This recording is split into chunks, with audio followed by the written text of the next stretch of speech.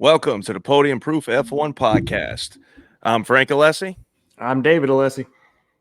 coming to you from the cozy confines of our homes while I watch the Chiefs and Dolphins play in negative 30-degree weather.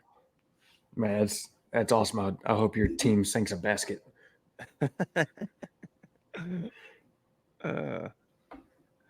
Mr. Sports over here. Well, where'd you go? I don't know. Do I have audio? Yeah. You can hear me. All right, hang on.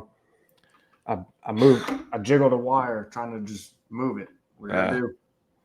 You disconnected your video. While he's away, you can see my impressive selection of bourbon we have for tonight, which normally gets cropped out of the screen, unfortunately.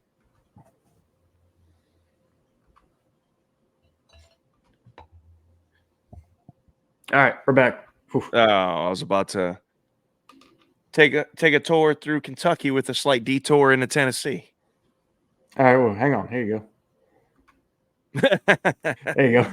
We're gonna start with the old Stag Junior. What batch? 13 or 14. I don't know. I don't remember. I think it's 14. And we're gonna go slightly south into Tennessee with some JD Barrel Proof. And then we're going to finish it off back in Kentucky with Elijah Craig. What do they call it? The Godfather of bourbon? Yeah. We're going to hit that uncut, unfiltered somewhere on that road trip? Possibly. He's a backup option. We're gonna swing out west? He's a backup option.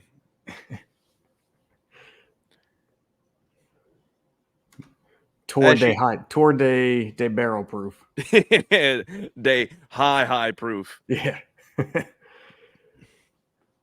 Nothing below 130 sitting there.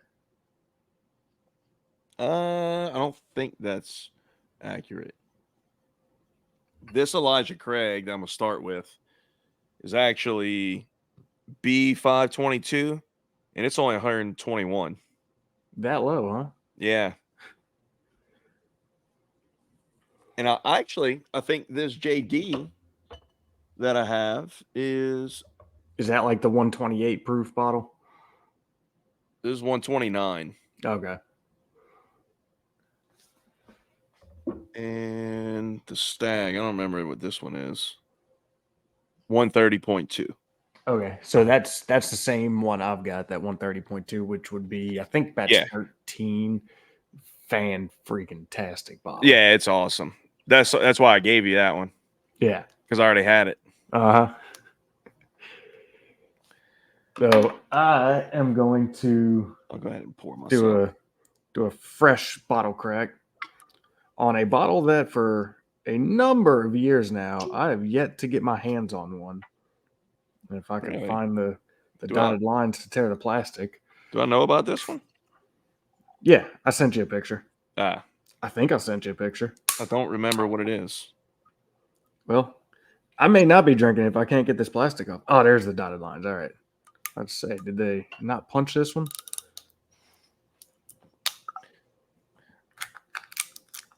Our handy pocket knife ought to take care of that. There we go.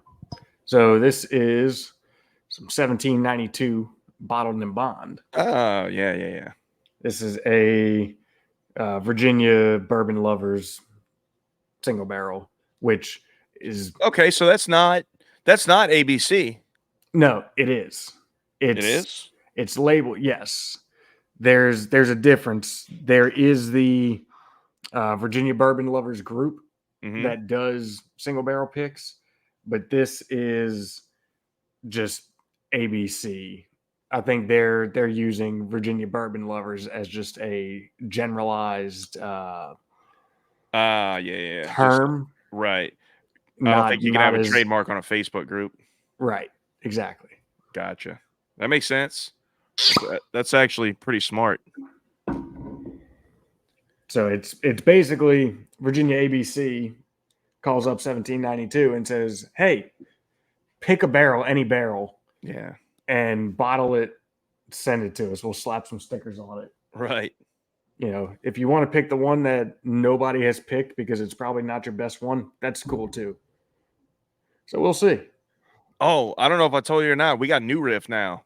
You did. As of like a couple days ago. I haven't got one yet. But and we got like the whole line. Hocus is loaded. Hell yeah. I'm pumped. I want to get over there and get one of them single barrels. Yeah. Dude, that barrel pick one that I had was really freaking good. Yeah, well, I know. I was impressed with it. Yeah. That's right. You did try some of that one. Yeah. That was a mouthwash sample. Yeah. All right, we'll let that sit there and breathe for a little bit. Dude, this freaking Jesus Christ, the nose. Which one did you pour first? The Elijah Craig? Yeah.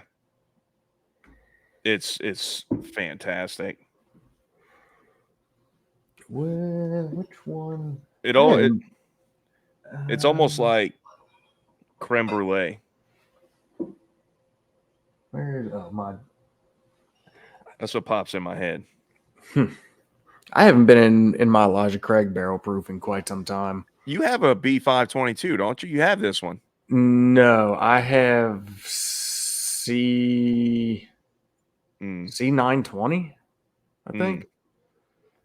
Like, man, those aren't they're not super hard to get up here, but they're also not easy.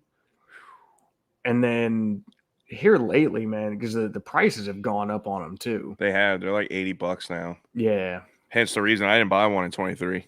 Mm-hmm. Yeah, I didn't get anything in 23. I got I think mine's a C920, but damn, that seems like a lot longer ago. Yeah. Dude, I still have my B520 and C920.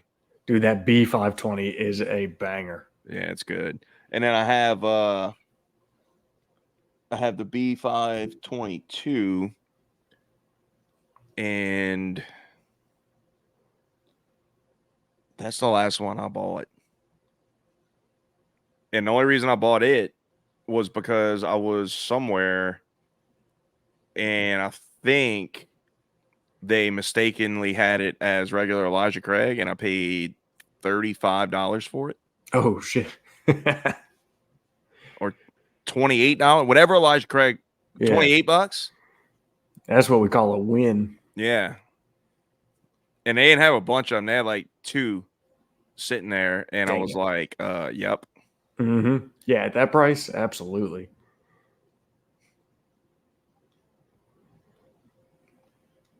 But I'm like you, man. Like I'm not, kind of like we said the other day with Bookers. Mm-hmm. Like I'm not paying $100, $100+ for Bookers, and I'm not paying $80 for Elijah Craig anymore. Barrel proof. That's, I mean, yeah, it's good, but it's batched. It's not single barrel. It's, it's not going to be, I mean, it'll be really good whiskey. Don't get me wrong. It'll be really, really good. But I don't think it's $80 good. Yeah, agreed. Like I'll pay $80 for a single barrel proof that's been hand selected by somebody I trust. Mm-hmm. Like a store pick or something like that. Right. I'm not playing this game where they're taking advantage of this, this bourbon boom. Yep.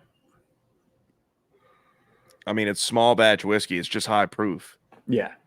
They still need to do a toasted barrel proof. Yeah, I know. I'd pay $80 for that one, at least for the first one. I would. I absolutely would. Yeah.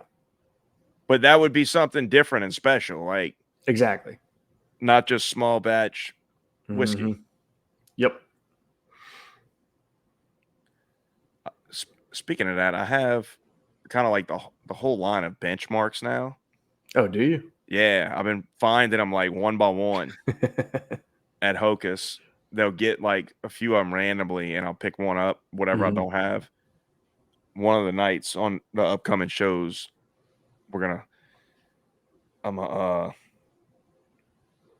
sample through all of them, but I'm gonna get you a sample of each of them. Okay. So we could go through it. Yeah, that'd be cool. I don't know that I've ever had benchmark Any of them. I've got the small batch. I've got the single barrel. I've got the full proof. I've got the top floor. I forget. There might be one more that I have that might make the set.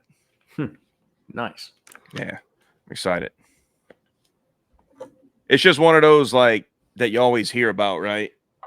That's like a really, really good cheap one. Yeah. And it's like the big dog killer in blinds. Yeah. Yeah. So I'm curious to get into them because I've never had them. So, all right, well, let's enough jibber jabber. Even though we haven't talked in a while, so it's good catching up. Yeah, I know, right? Let's jump into some F1, man. Let's do it. Been a little bit, but I think it's a good point in the off season. There's not much going on. Is there one really big thing, but other than that, not much as a whole. Mm-hmm. Just to kind of what we're gonna do in this episode is kind of just look at the trajectory of each team last year and kind of like where they look like they're heading into 24. Yeah, in their development process throughout the season, right? Kind of where they're at. Kind of a way too early look into 24, and really not. Just kind of what it looks like, what their development through 23 has looked like. Yeah.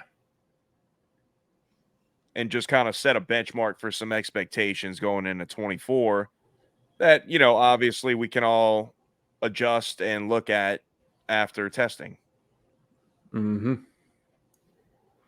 So first and foremost, I'll let you. It's got a spicy nose. Really? Spicy as in like burns the nostrils. Stings the nostrils. 60% of the time, it works every time.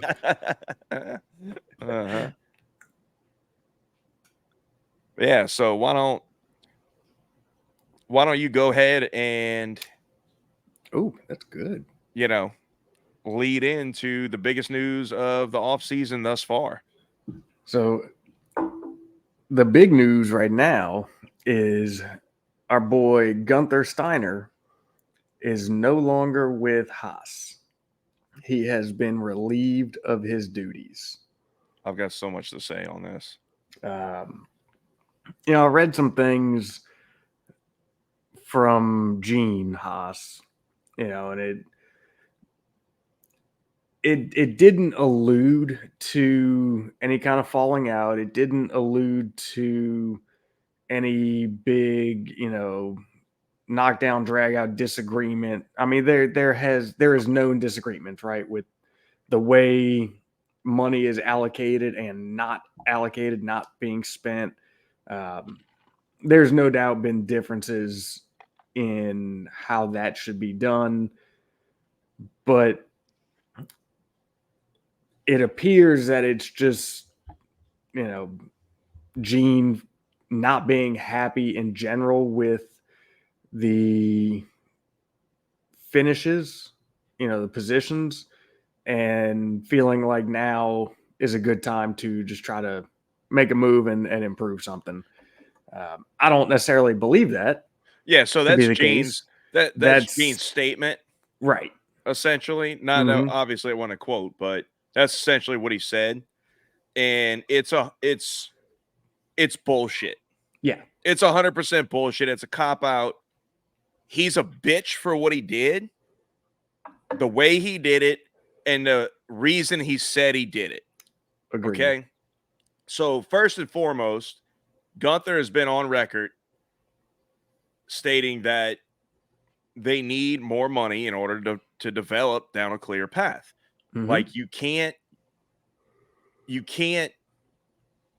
fix problems if you have no money. But before we even get into that, the technical parts of it, Gene Haas fired Guenther over the phone.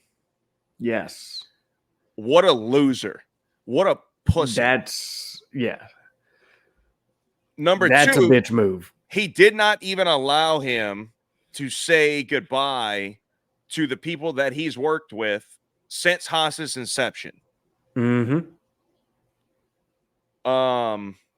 Just what an absolute joke. That's The next part is Haas no longer belongs in F1. All we hear about is the value that you bring, the 10 teams, blah, blah, blah, blah, blah. They don't want Andretti. They're one of the loudest ones that don't want Andretti. Fuck you. Andretti's going to take your spot. I mean, Guenther was the only part of that team that brought any sort of value to F1. Any. What else right now does Haas bring to the table? nothing.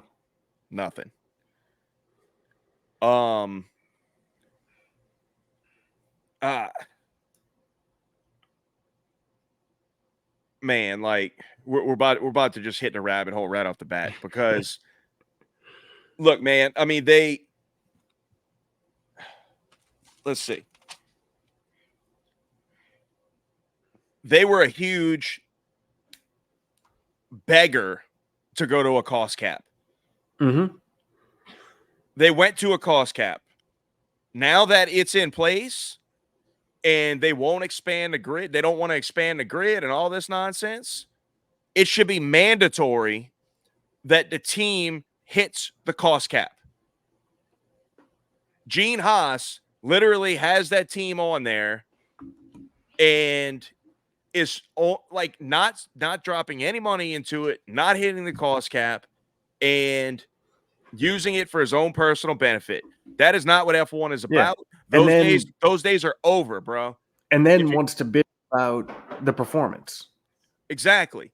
If you are not going to invest and give it your all to produce the most competitive car and team that you can, you do not belong in today's F1 if they insist on keeping it at 10 teams and talking about what value do you bring and all this nonsense. Yep. Agreed. Plain and simple. Yeah.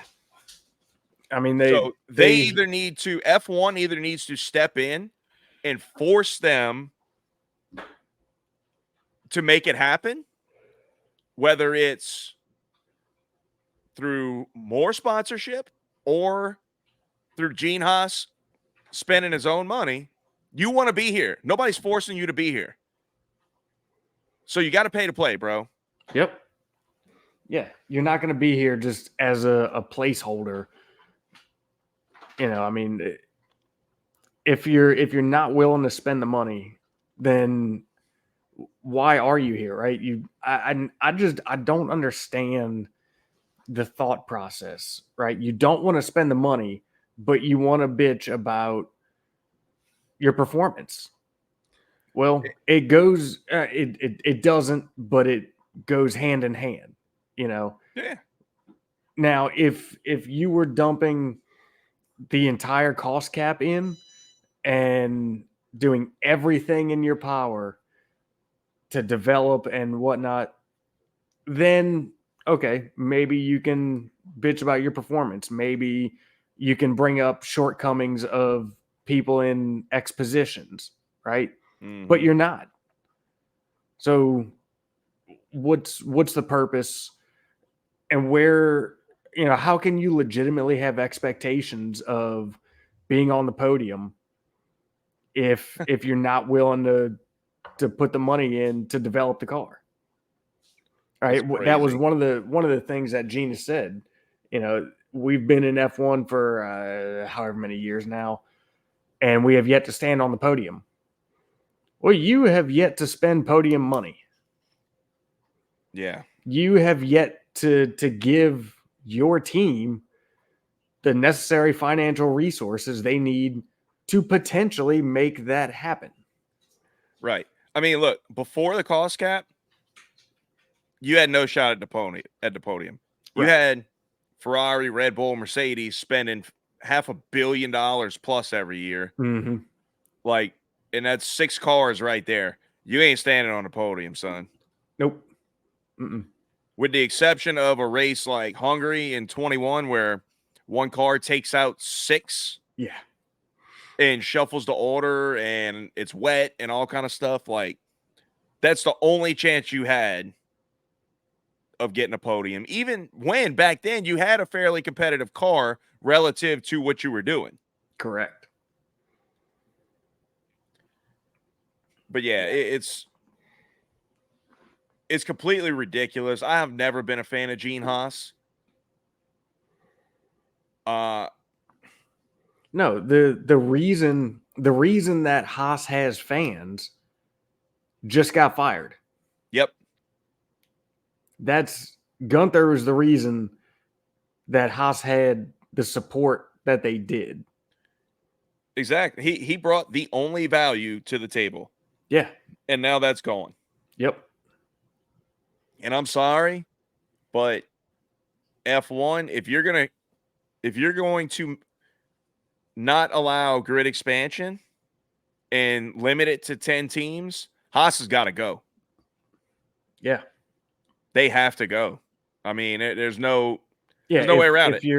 If you're going to limit it, then you have to put down some sort of rules and regulations that have to be met, some kind of way of preventing somebody that gets in from just sitting there and wasting that spot, so to speak. Exactly. Yeah. So, like, given the known reason for Guenther's release and the fact that he needed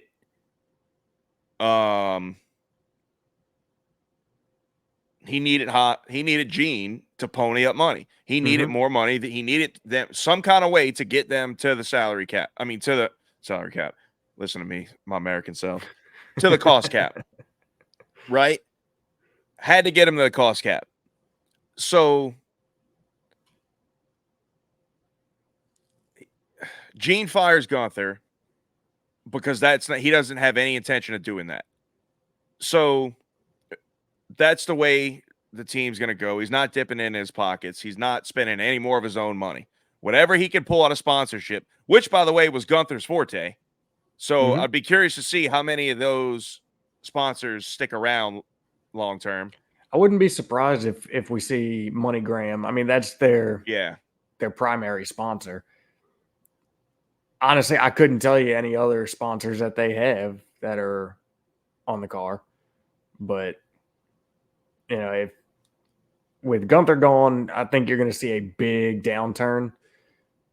You're going to see probably some sponsors not sticking around, and man, it's not like Gene even got rid of Guenther to bring in some heavy hitter that should really give them a fighting chance. The guy that is taking his spot is already in the team. I forget what role he had, but he's been and look, I don't know if the guy actually is or not. I know nothing about him. So when I say this, it's just from a very small piece of information, but he promotes the brown noser. Yep. And now Gene just saved a bunch of money that he's not going to reinvest into the team, right? Because now you're not paying Guenther. Is he going to rehire somebody else to fill the void that he just created in the guy that he promoted? I don't know. But, it's known that this guy, I got to look up his name because I don't remember it, but he has been on, yes man.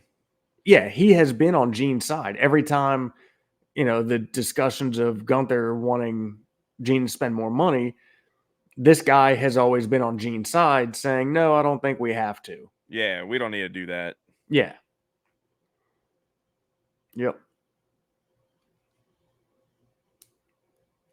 So I don't know what Gene expects out of him, but I hope whatever he is expecting, I hope he's not expecting anything good this year. I think it's gonna be a shit show. I think Mm-hmm. you're gonna see sponsors leave. I think they're gonna be done. Yeah.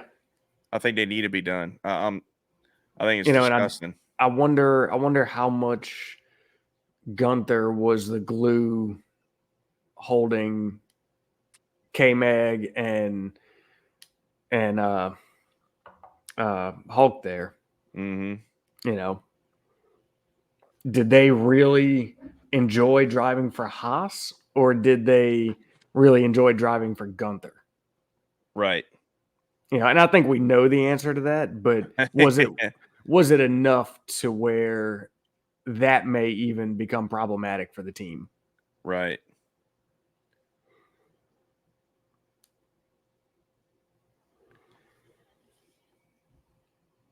Yeah, it'd be interesting to see what all what dominoes fall next from that.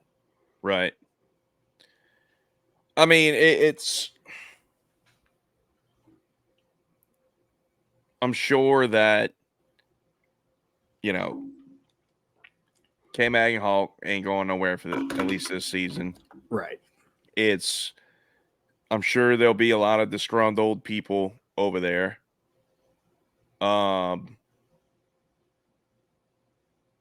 It's gonna be one of those seasons that probably gets worse and worse and worse as it goes.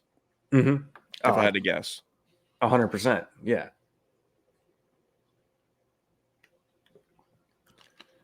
So, all right. I think we made our feelings pretty clear on that. I'd say so. So let's jump into Red Bull. Yeah. Obviously, we've been through it. Dominant. I'd say their trajectory is pretty strong. Mm-hmm. And all reports coming out of Milton Keynes is the RB20's been done for 6 months. So good luck to the fucking field. Yeah. Yeah.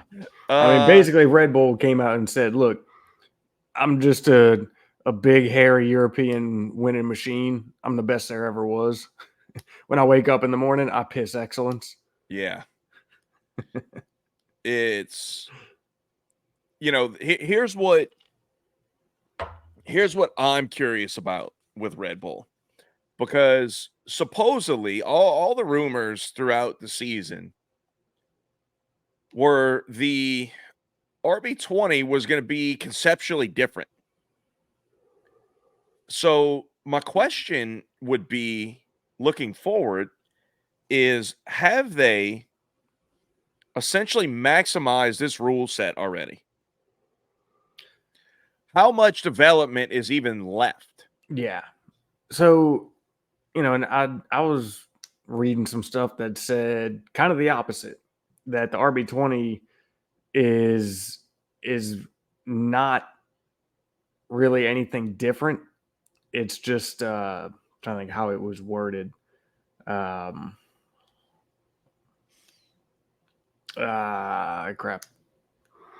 It was basically just expanding on what's already there. They said not it. Well, I think I saw that. I think the way it was worded was it's evolution, not revolution. Evolution, not revolution. Yes, that's what I was looking for. But I think that I don't know, man. Like all the, I know you remember, like all the reports throughout the year that were coming out were like they are going down a very different path for the RB20. Mm-hmm. So I don't know. Is this just smoke screens like left and right where you don't know what you're going to get? Maybe they were saying that to kind of deter people from following their path. Maybe. I don't know. Yeah. But I mean, I'm I mean, very because curious. it is well known that, you know, as the season progressed, as teams figured things out, made some changes, typically they made changes that reflected some similarity to the RB19, Mm-hmm. right? So, and that's how it's always going to happen, right? You have a dominant car, yeah. Everybody's going to do what they can to try to follow, you know, your mold. Right. So maybe that was a, you know, a bit of a diversion to try to deter people from doing some of that. Maybe not. Yeah. You know, It's kind of smart. or maybe, yeah. I mean, maybe they've, you know, feel like they've maximized what the rule set's going to allow and not much else to gain. Which I'm very curious about that. I You think know, if that was to be the case, I think that could be a problem. You know, because for them. yeah, yeah, that's what I'm saying. Um, you know, I mean, yeah, there's always little things here and there, but with and I don't want to jump into Ferrari just yet, but with the steam that Ferrari was picking up and the steam that they appear to be continuously gaining across the offseason as well, you know, towards the end of the season, you know, pace and the direction was looking good for this coming year for giving Red Bull some competition. Well, you know, You know, I so just want to if say this in relation to that, and we'll obviously get into Ferrari at the number 3 spot. But um, the thing that would concern me if I'm Red Bull about Ferrari is they've always had pace, right? mm-hmm, Like they've always had the ability to go faster than Red Bull and fight for poles and bang out that lap time. The thing that really held them back was the race pace due to the tires. right, And in the last couple races, you actually saw Ferrari outpace the Red Bulls in their stints in terms of their tire life. mm-hmm, That would be concerning right, because if they figure that out, you know they're fast. yeah, I mean, you saw it at the beginning of 22 with them when they were essentially better on their tires than Red Bull was. mm-hmm, I mean, yeah, and you look at Austria in 22 and they did whatever they wanted. They didn't have yep, to even think about a strategy. All they had to do was follow Red Bull because they had the tire life to beat them. mm-hmm, yeah. So I mean, if you know, if Red Bull has plateaued, that could be problematic for them. You know, I honestly don't think that's the case. Right. But given what has been said, it it does, you know, kind of lend you to maybe consider that as an option. Mm-hmm. You know, and I mean they're definitely going to have some work to do on this car because they failed a FIA crash test. So they've got some more development they're going to have to do. Yeah, that may be the one thing that slows them down. Yeah, it was the frontal crash test that they Yeah. failed. I don't know. I didn't dig too deep into it.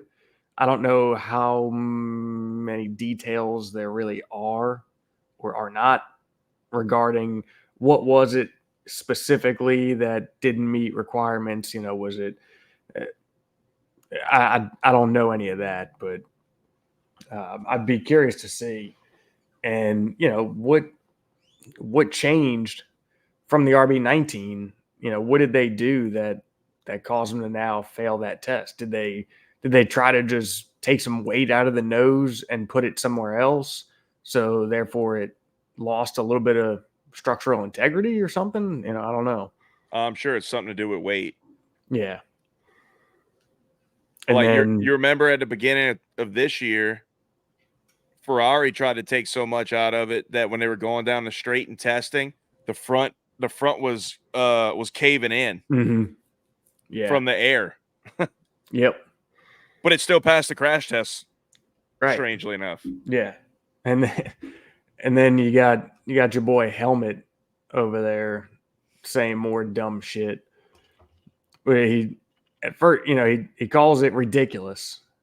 But then he says if we had passed the first crash test, there would have been a problem because then we would have done a bad job. The only response I have to that is at no point in your rambling, incoherent response were you even close to anything that could be considered a rational thought. And everyone in this room is now dumber for having listened to it. I award you no points and may God have mercy on your soul. I mean, Jesus, dude, what? Well, luckily, Helmet just got a contract extension with Red Bull. I know, right? Something. So Yeah. we got plenty more of that. Dude, they need to stop letting him talk into a microphone. Apparently, it's just like playtime where he can just go do whatever he wants. I mean, it appears that way. I think, and at this point, everybody kind of knows, hey, if Helmet's got a microphone in his face, he's going to say some dumb shit. Don't worry about it. Just laugh at it and enjoy the show. Yeah. I mean, really, that's kind of just what we have to do now. Yeah. But, I mean, look, let's be completely honest, though. I'm more than sure Red Bull is going to be absolutely fine and fast. Yeah. And maybe not dominant. Maybe not as dominant. Obviously not as dominant. I don't think that can happen again. Yeah, I mean, we have no reason to believe or to expect anything to the contrary, right? Like the only expectation is greatness. Yeah. Like okay, they failed the crash test. There's a lot of people thinking, oh, is this going to ruin the season for Red Bull? Is this going to really hurt them? No, it's freaking Red Bull. It's going to set them back a little bit from where they would have been, but right. I'm sure they're already well ahead of everybody. Yeah. Man, look, I really think the biggest piece to the puzzle for them is Checo. How good can Checo be? Mm-hmm. How consistent? Can he figure out how to qualify better? That's the key right there for Checo. Yes. Qualify better. All your other problems go away. Mm-hmm.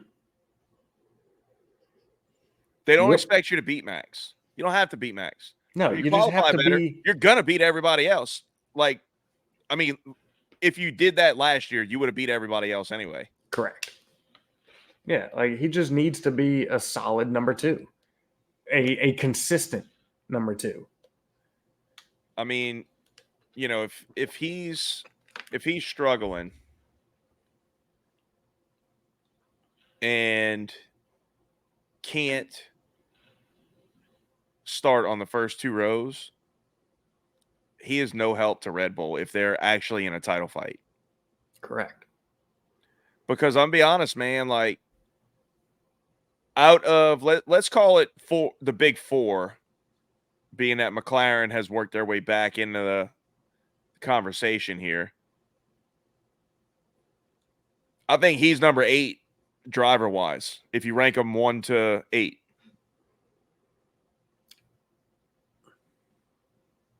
Yeah. I mean, as far as potential goes and overall performance, what else is there? Huh? What else is there? Yeah. Yeah, I mean, I think so. Yeah, I mean, I think that statement is kind of understood as put all of those top 8 drivers, put them all in the same car. Checo's finishing 8th. Yeah.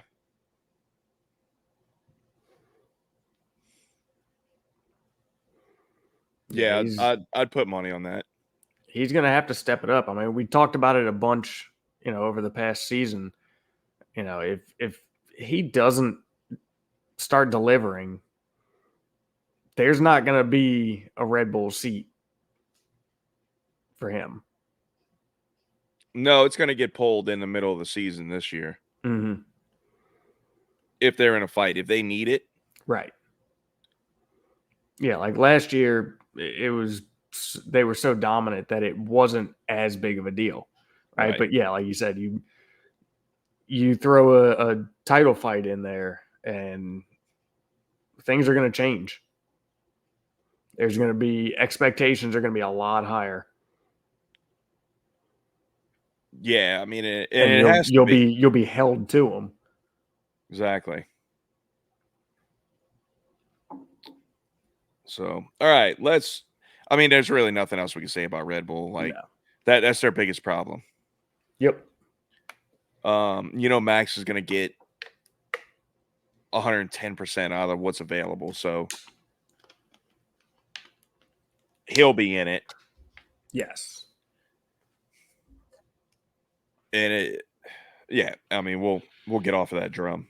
So, Mercedes. It's impressive that they finished second with as slow of a car as they had. Because with the exception of maybe right at the very beginning when Ferrari was kind of like throwing up on themselves to start the season, after maybe the first few races, like they didn't really ever have the second fastest car. Correct.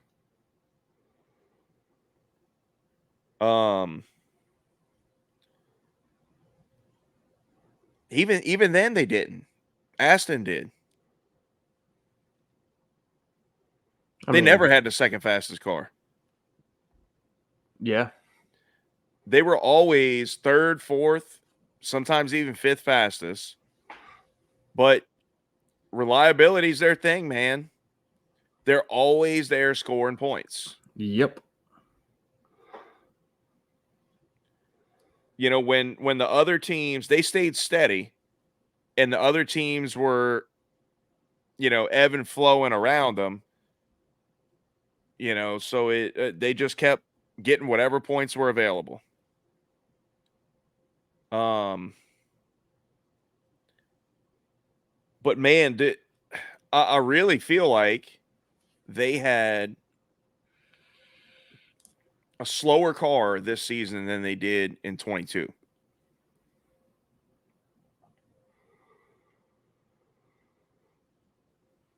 How do you read on? I think we went down this rabbit hole once before. We did. But I think we were arguing two different points when that happened.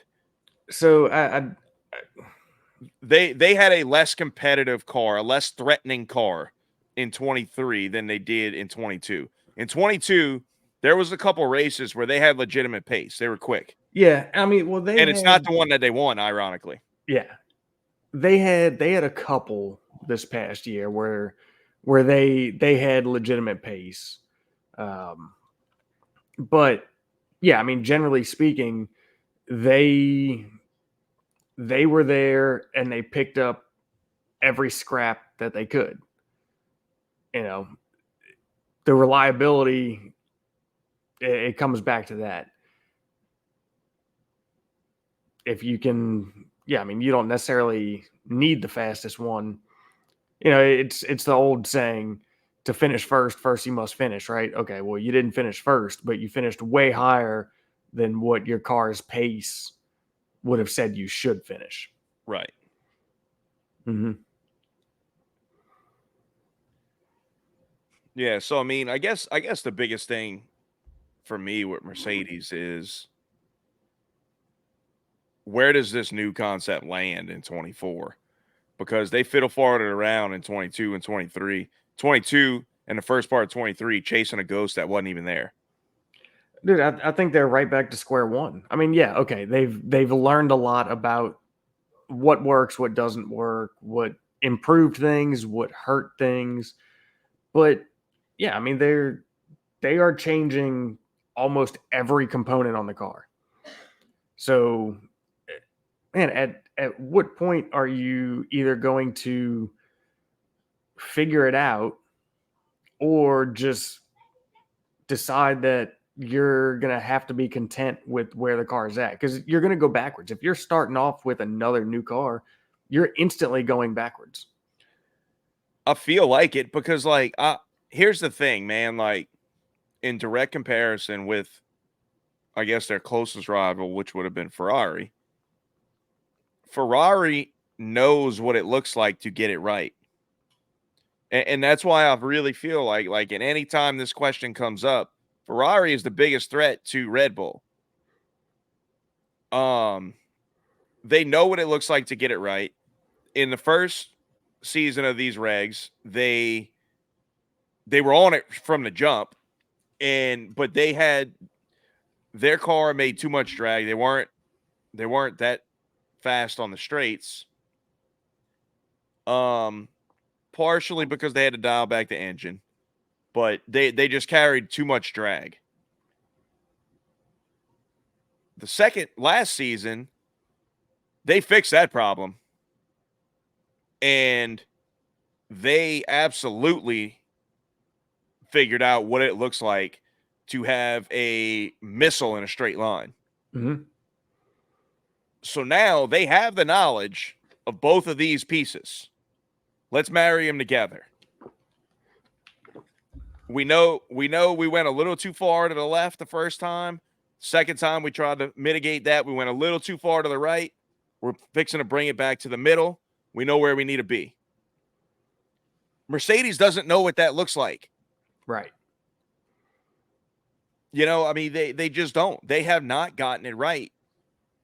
They have not shown really that they're dominant at anything at any time. Like, the one thing that they were able to do before was they were so easy on their tires that towards the end of a stint or really the race, they would have so much tire life left, they would start chunking people. And it kind of gave you this illusion that they had real speed.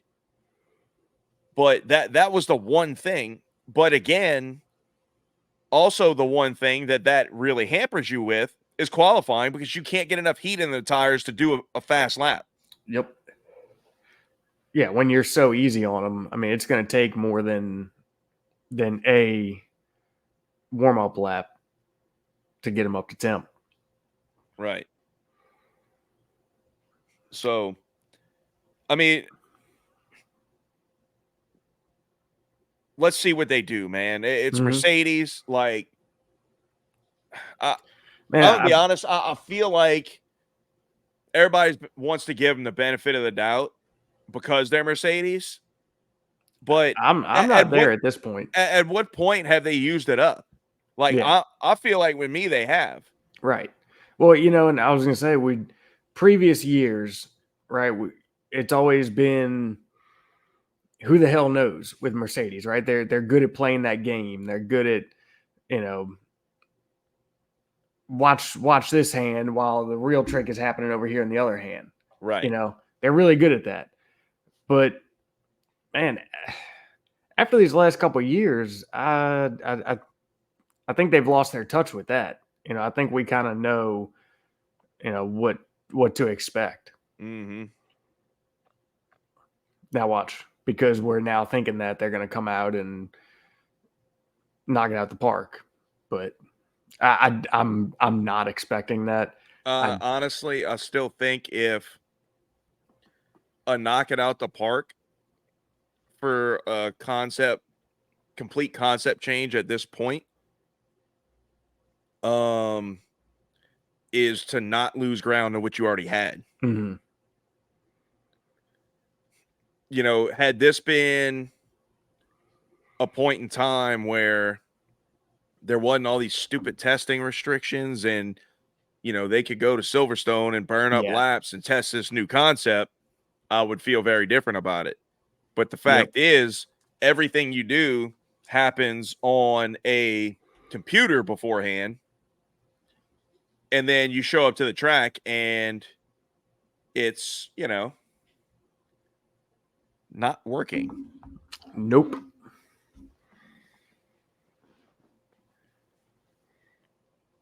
So, I mean, yeah, normally we put a big question mark next to Mercedes. I think at this point we all kind of know what to expect. Yeah.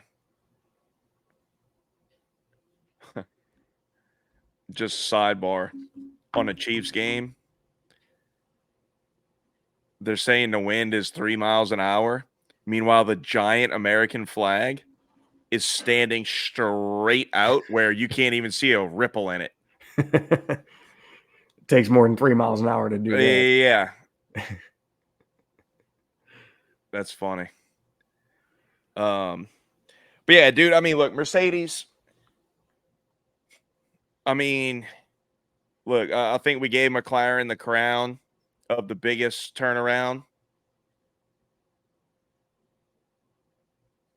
Mm-hmm. Yeah, but for sure. If Mercedes can nail it and compete with Red Bull, they steal that crown hands down. Oh yeah. Yeah. I think that's a big ask. Yeah, no doubt. I definitely don't think it'll have. I think that is outside of the realm of possibilities. Yeah. Even for Mercedes. Mm-hmm.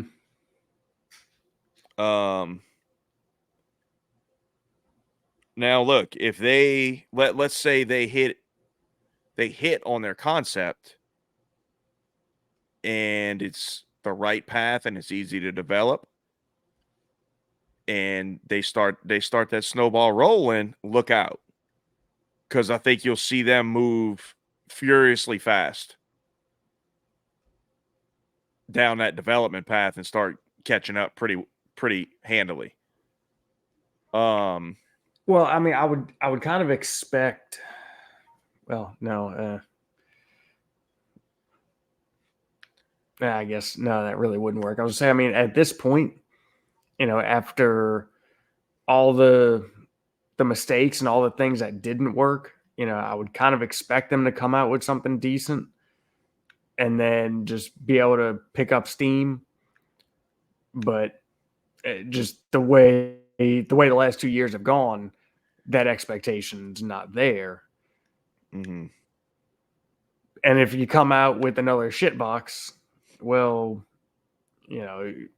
you're clearly not figuring it out still, and it's going to be another year of just whining about how bad the car is. Honestly, I genuinely think if they do not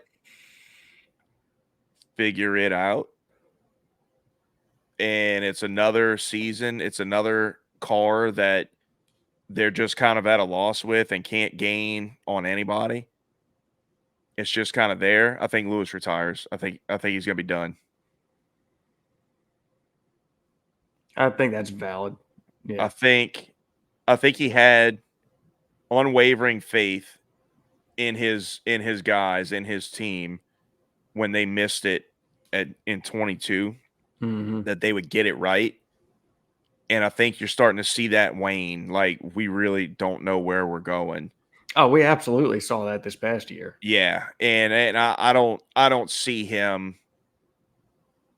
I don't see him sticking it out anymore. Why would you? Yeah. No, I agree. I'm on board with that. If you really want to go down a rabbit hole, who replaces him? Oh, geez. I don't know, man. Last year, well, 22, and end of 22, having this conversation, I'd have said probably Lando. But with what McLaren has done, and I get the sense that Lando has an extreme amount of loyalty, and with everything that he's been through with McLaren and where they appear to be now, I don't see that happening whatsoever. Like, not a chance. Right. So yeah, I mean, should that happen? That's a good question. Now, well, no, I think I do know. Depending on how it happens and at what stage of, is it an oh shit, this just happened? I think Mick is very likely. maybe so. I think they go obvious number 2 driver. I don't think they like any part of this between Russell and Lewis. No, it gives them flashbacks to freaking Lewis and Nico. I'm gonna be honest. I don't think they expected Lewis to be here this long. Because I can see that. They were grooming George to be Lewis's replacement. It got to a point where you had to bring him in, or you were going to lose him. Right. Yeah. But you're not going to kick Lewis to the curb.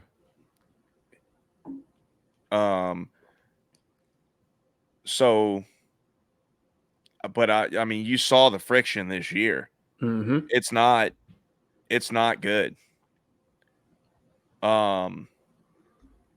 They're at the point, they're not working together like they should be to develop the car. They want to beat each other. That's one thing that you got to tip your hat to Charles and Carlos for in 21.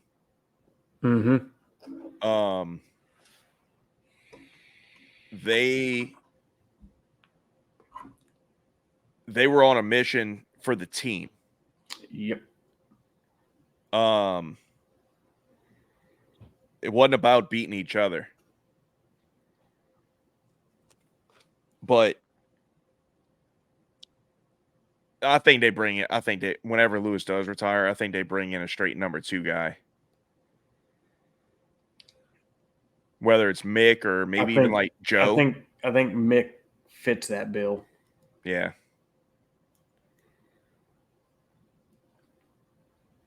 I mean, why else would they have brought him in after he departed Haas? If you didn't have some kind of plan.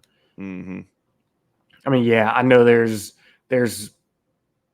some history there with Michael and Mercedes, but I mean, I don't see them bringing him in if there wasn't a larger plan. Right. You need a test driver, you need a reserve, whatever. There's plenty other capable drivers that would probably cost you way less to do that.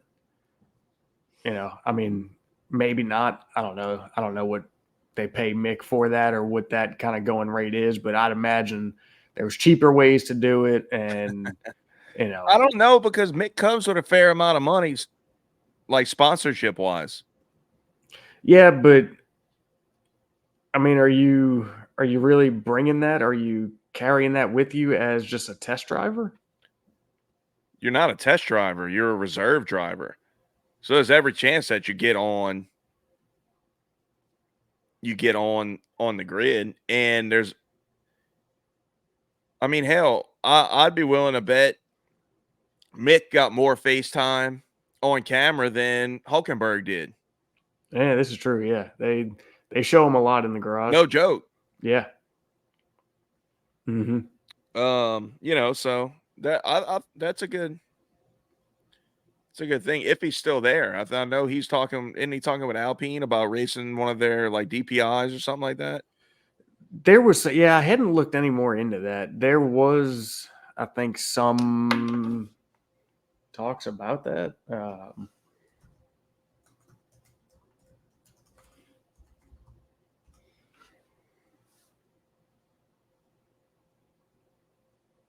Yeah, he's going to be running WEC for Alpine.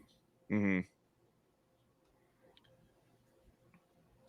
But should something open up in F1, that's a quick phone call, and right, I'm back. Mm-hmm. Yeah, he's going to be in their LMDH hypercar. That's gonna be cool, man. Yeah. All right, well, let's move it into Ferrari. Yep. I'll tell you what. I need to go refill my water. All right. Before we get into that. Yep. So we'll just kind of lead into it a little bit while you're doing that.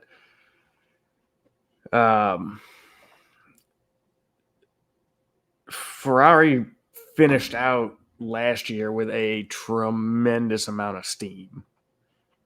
And word has it that has continued in the off season. They have made. There's been reports of a very, very, very healthy amount of downforce that they have found. I think it was something like 30 points of downforce. And of course, the kicker is, did they find all that downforce without a whole bunch of drag? Because we know they've got the power, but if they can utilize that downforce and it not slow them down with an insane amount of drag, they could be on a very, very, very competitive trajectory here.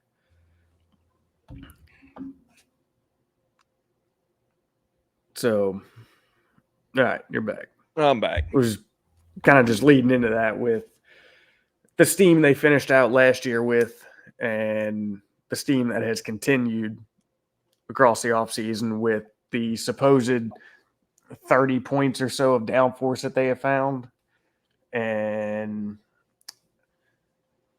should they have found that downforce without a crazy amount of drag attached to it, could be a very good trajectory for them coming into this year. So supposedly the simulator is showing 7, but somewhere between 7 and 9 tenths versus where they finished the year. Okay. That's significant. Mm-hmm. Very significant. Now, will that correlate to the track? I don't know. Right. It seems like, like we've been talking about with where we saw the teams at the end of the year, well, throughout like the back half of the year, that what they've been doing and seeing in development and on their simulators, they found the path where they've got it dialed in, where they're getting accurate correlation. Mm-hmm. Initially they had something was off in that between those two things, where they were seeing something, not to the extent of Mercedes, but they were seeing something in the simulator going into 23 that didn't correlate on the track. Yep. That seems to be worked out. To where, all their developments towards the end have been on point, accurate, and they're seeing, when they bring their upgrades, they're seeing what they expected. Yep. So if that trend continues, I would say Ferrari is going to be strong to start 24. Now, is that strong compared to Red Bull, or is that strong compared to everybody else? We don't know. Does Red Bull have, like, let's say Red Bull, let's compare them finding 7/10 to where Red Bull was at the end of the year. They would be faster than Red Bull because they weren't 7/10 behind Red Bull. Right. The question is, how much more time does Red Bull have to find? Does Red Bull have another half of a second that they can find? How close to the top is everything? Man, I don't know that there's really that much more time in those cars. I mean, if you could find another, if Red Bull found another 7 to 9/10, Right. I mean, look at it. Look at the spread across the field, man. Not the spread between them and Ferrari, them and McLaren, Mercedes, whatever. But damn good and well, the back half is not finding that kind of pace. Mm-hmm. So, the gap that they had, and it's easily there to be found. It is, yeah. Maybe not the easily, gap that they already had, that they finished 23 with over everybody. And then if they were able to find something significant, that's insane. Yeah. But from the sounds of it, I'm not expecting Red Bull to have found anything significant like that. I mean, the car was already damn near perfect. I know. Yeah, it's. But I'm pretty sure they stopped developing it halfway through the year. Yeah. So,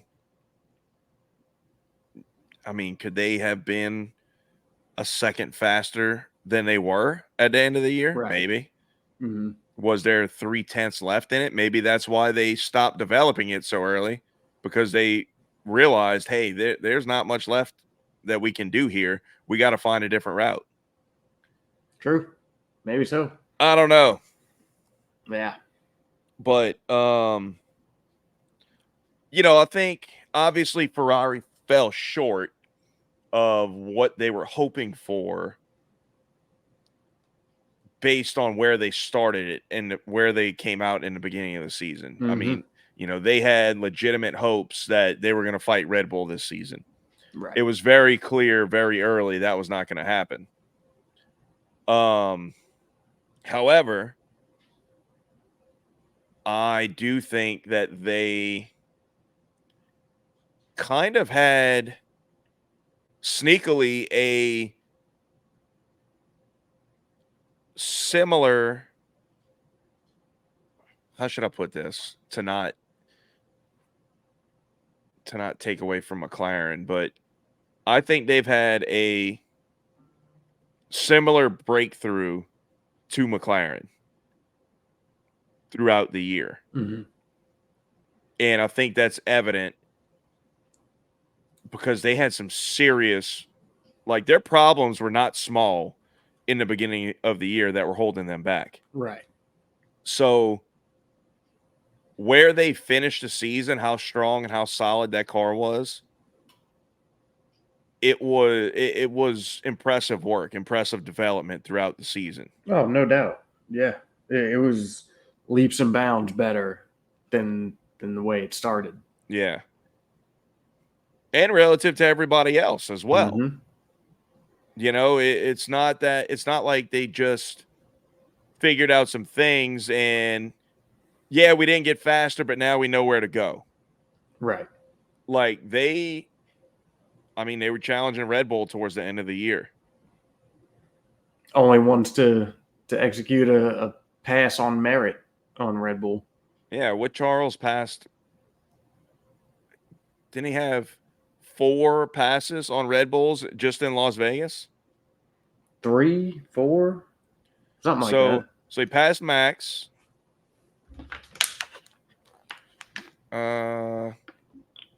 Passed Max for the lead before the first pit stop, and then He passed. Yeah, so 3. He passed Checo twice. Yeah.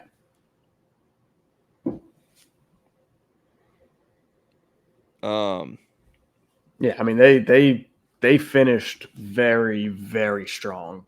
And look, if Carlos doesn't have a string of horrible luck, they run past Mercedes for P2 in the constructors. Mm-hmm.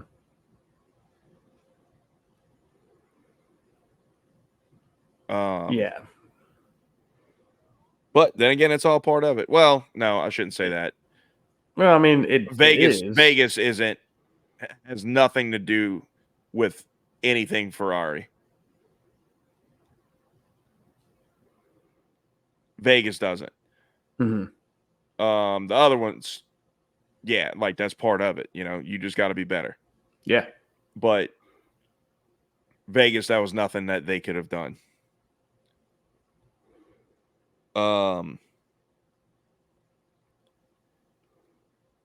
You know, so I mean, look, we've said it all season. I think Ferrari is the biggest threat to Red Bull. Oh, for sure.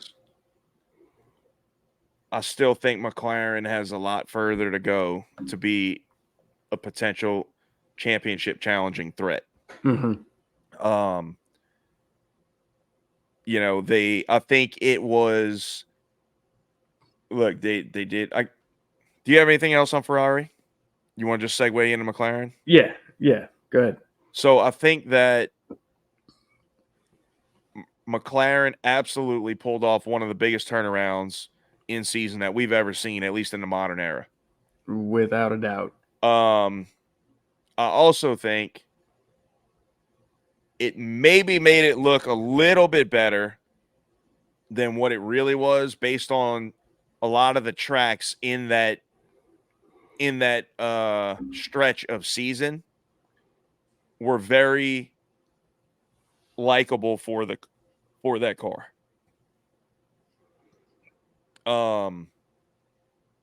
So it just kind of worked perfectly. It was a perfect storm for them. And then once they started getting into some of the other tracks, you kind of saw some chinks in the armor and some deficiencies of them.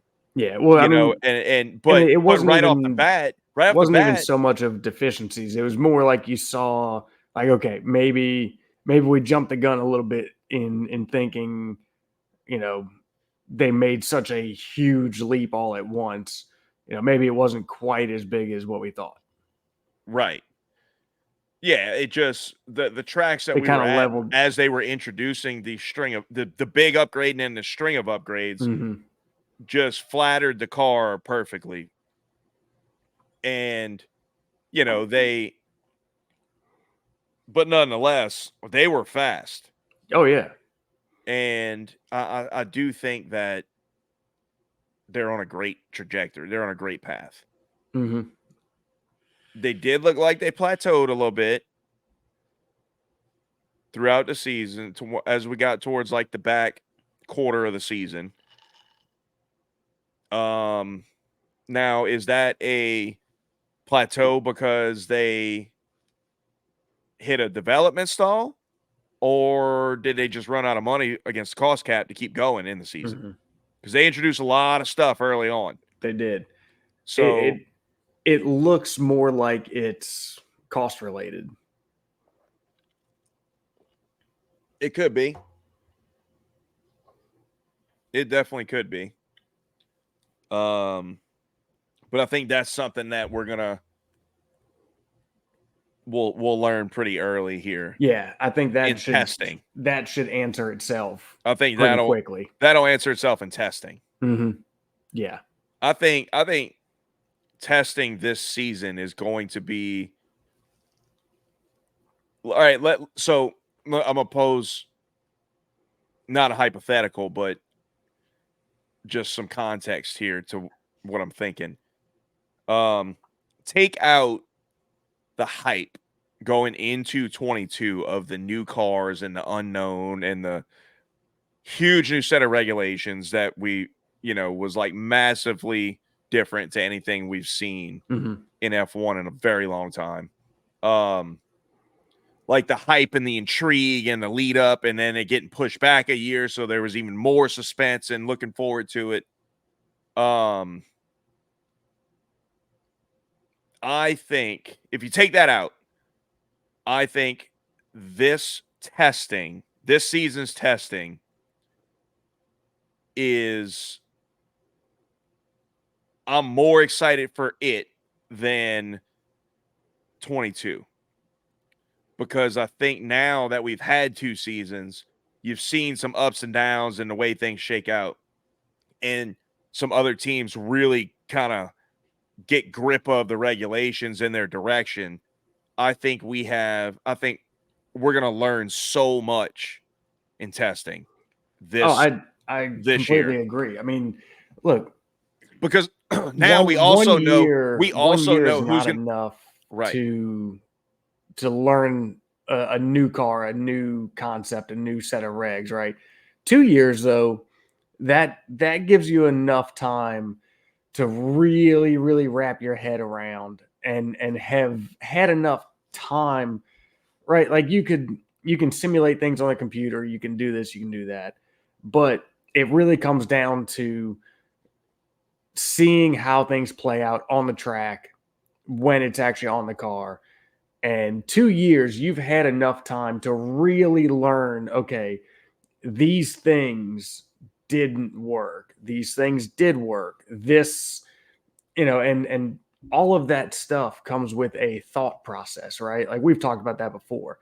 These cars operate based around a concept, a concept, a design concept of, whether it be aero or drag or power or whatever it is, right? They're geared towards a specific idea. And you've now had enough time to learn, like, okay, we did this with this thought in mind and it didn't work. We did this with a different thought process of how to go about it or what it might do for us, and it worked wonders for us. You've had enough trial and error time after 2 years. So I think coming in 24, I think you'll see a lot of teams, not just the top dogs. I think you'll see a lot of them really, really have their shit ironed out. Yeah, I agree. I think you might. Well, I don't know. I just don't know what to think of the back Except for Haas, probably. end of the team. Yeah, no, and Alpine. Who the hell knows what's going to happen there or what's going on there or yeah. But I also think, like in this testing, I think we know enough to read through a sandbag, to know what to look for, to where like, okay, no, that car is legit. That car is quick. And I think we know the teams that can't afford to sandbag, who we may have, like Mercedes. If they're slow, they're gonna be that they're It's legitimately slow. slow. Yes. Ferrari, I think. To be honest, I don't think Ferrari's kind of ever been a sandbagger. I think when they're fast, they don't care if you know they're fast. Mm-hmm. And I feel like Red Bull's the same way. McLaren's the only one that I don't really know how they'll take it. Yeah. But like, I feel like if you see McLaren hit the top of the leaderboard and then just kind of float behind, I think Yep. I think they're legit and they dialed it back a little bit. Mm-hmm. But I think if Ferrari comes out and they have a car that can go a second faster than everybody, they're going to go a second faster than everybody. Yeah. Oh yeah. Mm-hmm. Yeah, and then the back of the field, back of the pack, they're not going to be playing games. They're not, they need to know what that car is going to do and not going to do. Yeah, and testing's their time to get their sponsors up on the front of the timesheets. Right. So yeah, you might see if you come out and you see a you see an Alfa Romeo, well, a steak. Yeah. Steak / Sauber F1 going P2, you know what's up. Mm-hmm. They took everything out of the car. They put 3 laps of fuel in it. They put on soft tires, and they went set a lap.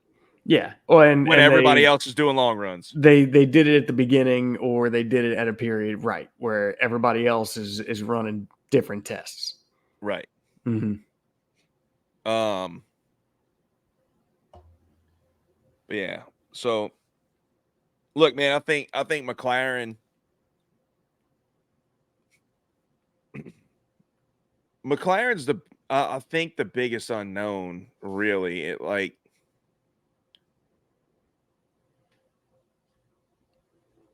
Because they have earned no credibility or no goodwill over the last 5-6 years. They've had some pretty big highs in that time, but they've also had some dreadful lows. Yes. It's been a hell of a roller coaster. Yeah. Now they look like they've been on the right track, but how far does that go? Like, I'm not ready to crown them like a perennial threat again. Right. So let's see if they can carry that serious momentum through this offseason and start out the season like Aston did last year. Mm-hmm. Can they keep it going? Can they be the real deal like the McLaren that we grew up watching? Yep. They're close. I feel like they're close. And if nothing else, Zach Brown is obviously a phenomenal salesman and lining up sponsorship and getting them the money that they need to do what they got to do. Oh, yeah. So has that been the only thing holding them back over the past, through that 2010s kind of drought they had or fall from grace? I don't know. But man, I hope they keep it going. I would absolutely. I do too. I'd love to see them up at the front. I would just love to see a 4-way battle. Yeah. Where it's not even like, don't get me wrong, a two driver battle is exhilarating and intense and the stakes are so high. But a 4-team battle would just be phenomenal because every race doesn't mean the world. Right. When you got 4 drivers taking points off of each other, when you have a race or 4 teams, should I say, not 4 drivers? When you have a bad race, which will happen, unless you're Max in 23, you feel like you lost. You lost the season. Yeah, because you lose so much ground in that one instance. The swings are so big. Mm-hmm. But when it's 4, man, it's so much better. It's so entertaining. Oh, yeah. Everybody stays tight, like. Yeah, that'd be freaking awesome to see. I'm freaking praying, man. Yeah. So, Ferrari, Mercedes, McLaren, it's all on y'all. Mm-hmm. We will expect big things. Don't disappoint us. So I mean, all right. What, you got anything else on McLaren? Nah, that's about it on them. I'll let you take the lead on this one because on the next one because I know you love your boy over there. All right, we'll move it down to Aston Martin. So to be honest, I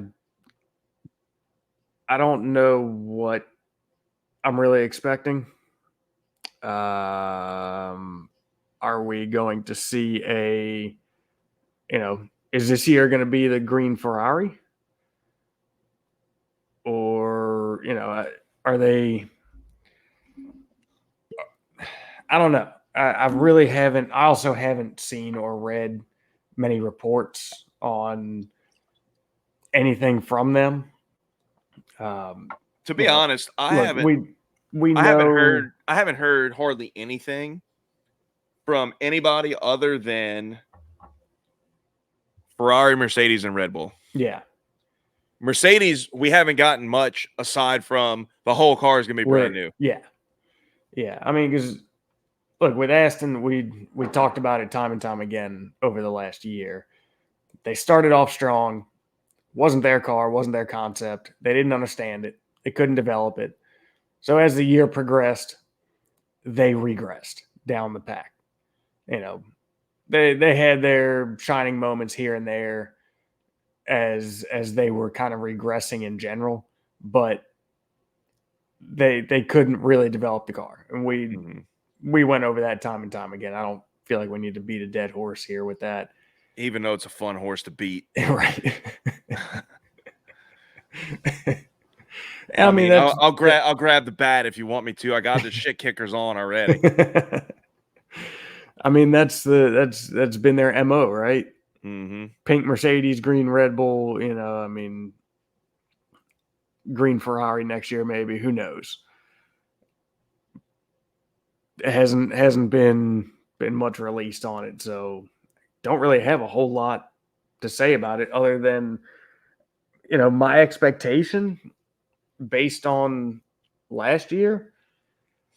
I think they're going to come out kind of in the same place they ended last year on. Okay. I'm trying to think, like, you're thinking like not really capable of fighting with the top four, but kind of right behind. Yeah. I agree with that. Comfortably ahead of Alpine, maybe fighting with Alpine, depending on what they do. Mm-hmm. I think, depending on, look, if Alpine comes out having a good weekend, it'll be Alpine and Aston Martin going back and forth.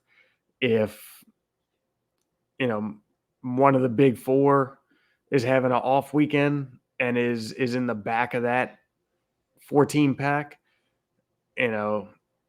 maybe Aston poses a threat there. Mm-hmm. I think they'll kind of be floating in almost a no man's land. Mm-hmm.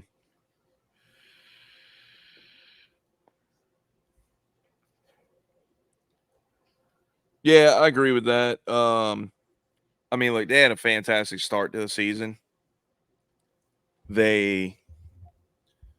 Once they dropped off, at least they were able to find something to finish the season on a positive note. Mm-hmm. I don't know what that was that they found. I was just looking at everything. I was kind of kicking around the idea it had something to do with the temperatures. Being that the beginning of the season, obviously you had cooler temperatures, and then the end of the season, you start to run into them cooler temperatures again. Maybe that's where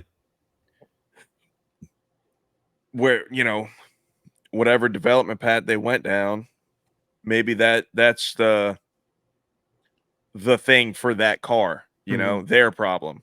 Right. Um I don't know. I don't hear, like with Ferrari and Mercedes and Red Bull and McLaren, like you hear things out of their camps Mm-hmm. as to like what's going on and this and that.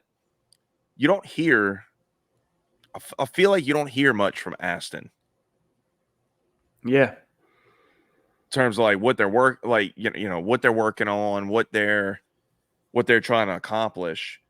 And I don't know I don't know why, because Right. Is that just happenstance, or is that intentional that things are kept close? but even if it's intentional, right? Like Ferrari will sit there and tell you, like, hey, we're working through problems like to fix the tire deg. We need to get the air moving this way around, whatever. Because it's not like football where you're telling the other team your strategy. You're you're telling them, like, you're giving your playbook away. Mm-hmm. Like, you can say you're working on whatever you want. Like, they know what your problems are. We don't, but Right. they can look and see and tell what's wrong by probably just looking at numbers and the micro point data throughout the track, Mm-hmm. you know? Oh yeah. So I don't know. Give us more info. Which is strange because I feel like in terms of PR stuff, just from being at Austin 2 years in a row, I feel like they're the only team that has legitimate employees that walk through the fans and do interaction and all that And stuff.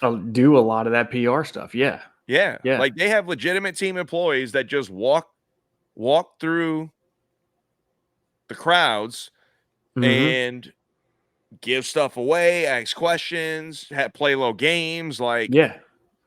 Yeah. They absolutely. they They did were a the only ones. fantastic job when it Yep. comes to that. Oh yeah. Yeah. So New Year's resolution for Aston: be more direct, be more open. Unless it's just going to reports in the UK that I'm not privy to. Mm. I don't know. I feel like we've got a decent stream of information nowadays. Yeah, I You agree with know, that. with the growing numbers in the US, I feel like we get a decent stream these days of info. Yeah, and the ease to information on the internet Mm-hmm. nowadays and social media, even like Yeah. UK outlets. I Right. mean, I subscribe to most of the big ones. Like, Mm-hmm. it's not. I just don't hear. Maybe people just don't give a fuck and don't talk about them. Like Yeah. reporters. Mm-hmm. Maybe so. But yeah, I mean, look, Daddy's money in there. He had a pretty bad year. He had a couple. He had some pretty good. He had some decent races. Um, yeah, he started the season with an injury. I don't think, much like Danny Rick, I don't think you fully come back. Like, I don't think his hand is going to be fully recovered until the new season starts. Mm-hmm. Like, as quick as he came back, he didn't miss a race for it. Right. I don't see, with that being your profession, your hand being able to properly heal. Mm-hmm. Yeah. Well, and then it's not like it's gonna properly heal the rest of the season because you're still just working it. Right, that's what I'm saying. Yeah.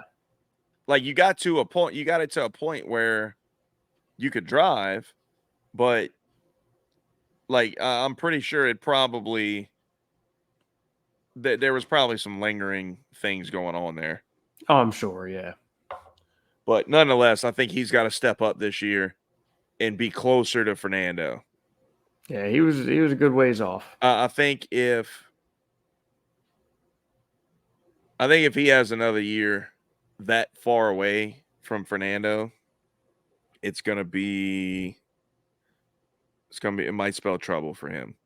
Especially if they're not making progress, he can stay in there for as long as he wants.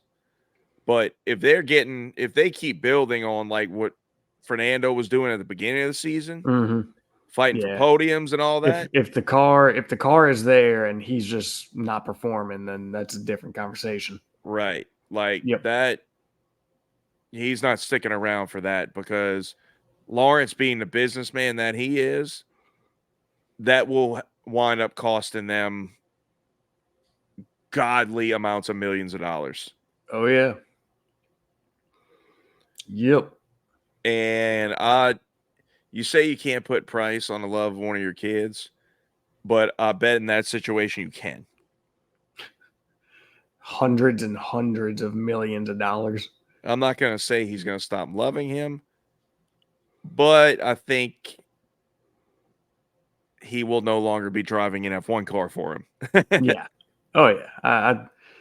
I think that's very possible. I think he is enough of just a hardcore businessman to be able to separate the two, church and state. Yep. Yeah. So. All right. Keep this thing moving on down the line. Yep. Go ahead. Alpine.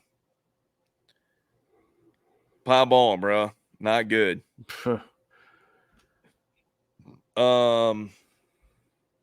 Never really looked good. I feel like they never even really. I don't think they.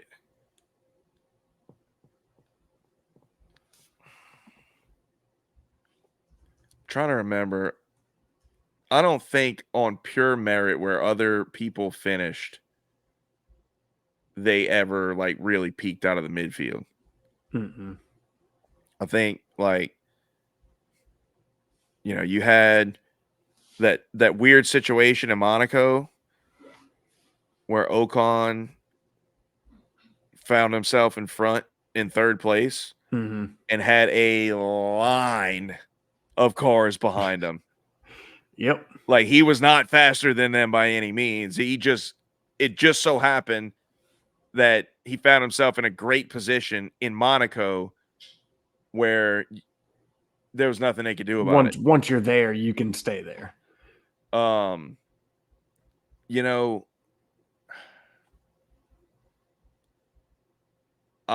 Dude, I gotta say, like, I'd be willing to bet he is the most nerve-wracking driver to pass on the grid. He is a loose cannon. Him or Yuki? I don't think Yuki. No, I think Ocon. I think Yuki's aggressive from a passing standpoint. I think Ocon has an ego problem with getting past to an extent where he like blacks out for a second and does crazy things. Yeah, well, we've seen that. That's what I'm saying. Like, but it's not, we haven't, he'll do it to his own teammate. Right. That's why everybody hates him. Mm-hmm. Like, name a teammate that he's gotten along with. He's a singular driver. He's not a team driver. Not even that, man. Like, I mean, that's true. That's not what I'm saying. But, like, dude, it's crazy. Like, we've seen, I don't know how many times, he's got to have, like, some super incriminating pictures of somebody at Alpine. Like, he hasn't done anything to make you think, like, man, this dude is our future. Mm-hmm. Like,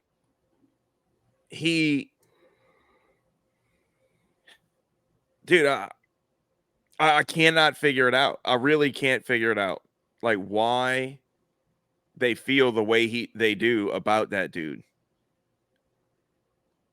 Gasly beat him, and had it not be for team orders, he'd have beat him much worse. Yeah. They constantly give Ocon preferential treatment on pit stops. They multiple times have made Pierre move out the way when Ocon wasn't faster than him, and Pierre was on like ahead of him in the tire game. Like, I do not understand it. It makes no sense. Like, what's going on? There's something that the general public doesn't know about, right? Or is, yeah, like you said, he has something on somebody, or, I mean, is he just that good of a yes man to where, I don't know. But like, dude, I mean, this is F1, bro. Like, a yes man as a driver, he's not a yes man. Well, I mean, how many times have we seen a blatant disregard of team orders on his end? Right. Well, and I should have kind of clarified that in the car. We've clearly seen that, but behind closed doors. I mean, maybe we don't want to know what he's doing behind closed doors. Maybe that's what it is. That's true. But he's a driver. Behind closed doors don't matter. What you do on a track matters. Mm-hmm. Yeah. I don't know, man. There's a reason, or maybe, I mean, at this point, back when he was sucking dick for money, at this point, Alpine has showed how much of a clusterfuck they are. Maybe they also now know that nobody's going to want to come here, right? Nobody worth the shit. So he's what we got. He's happy most of the time. Yeah, he's a bit of an idiot and whatever, but nobody else is going to really take him. So we've got him, and it's just what it is, keep him happy. But dude, I mean, like, if that's the case, you really don't have to keep him that happy because he has nowhere else to go. Right. But Pierre's better than him. Mm-hmm. So you're going to wind up losing Pierre. You lost Fernando. You lost Piastri. You're going to lose Pierre. I mean, Pierre to Mercedes when Lulu retires. Ooh, I like that. He's not going to want to play the number 2 card, though.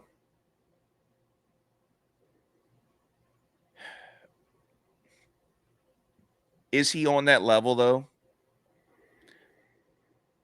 I think. Now, I don't know because I think he could be. I think when he had his opportunity to be, he wasn't ready yet. Correct. Yeah. I think that's been well established that, yeah, for sure. He wasn't ready for that. And he wasn't ready for that scenario either. Right. Like, and Red Bull wasn't either because Red Bull didn't know how good Max was. Yeah. Mm-hmm. But man, I like that. I like that a lot. That'd be interesting. So he's gonna be ready to ball. He's gonna be ready to move. Mm-hmm. I'm telling you, another season like that. If Mercedes isn't ready, I think you see him go to Aston. Think so? I mean, you're not going to go back in the field, right? You think to Aston? Yeah, like if Lance doesn't, I'm just trying to think of a comparable seat, not a move back that might be open. I think he just hangs it up. No. Why would he do that? He would stay at Alpine miserable before he hung it up if he's not ready to. Oh. I thought you were talking about Lewis going. No. Oh, all right. That's I'm why I was saying kind of I'm confused. saying like if the no, we were talking about Pierre. Yeah. Like Well, if we the we Mercedes looped we seat, looped Lulu into it. yeah, but I, what I said was if the Mercedes seat doesn't open, oh, I missed I you think he saying go that part. yeah, like if the Mercedes seat isn't open, I think he maybe if Stroll has another season, maybe that Aston seat is a Yeah. possibility. But yeah, he'd stick it out at Alpine before he hung it up. Yeah. He ain't gonna retire. You No, don't do I that. was saying that I Yeah. was thinking you were talking Lulu. Oh no. He ain't going nowhere. When he's done, he's done. He's Yeah. retiring. Mm-hmm.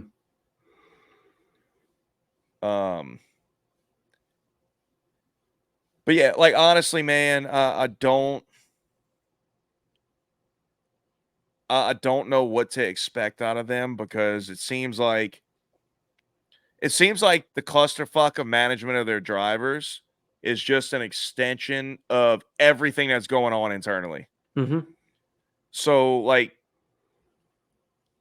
to be quite honest, I think it's shocking that they're where they are.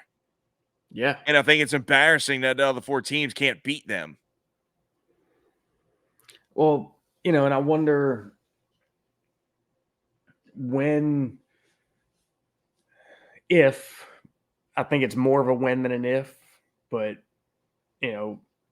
when do we see that toxicity that appears to be in that team really start to just drag them back with a quickness through the field?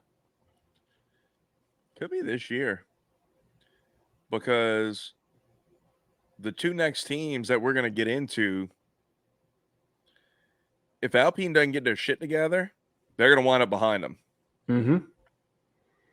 Yeah. So Williams,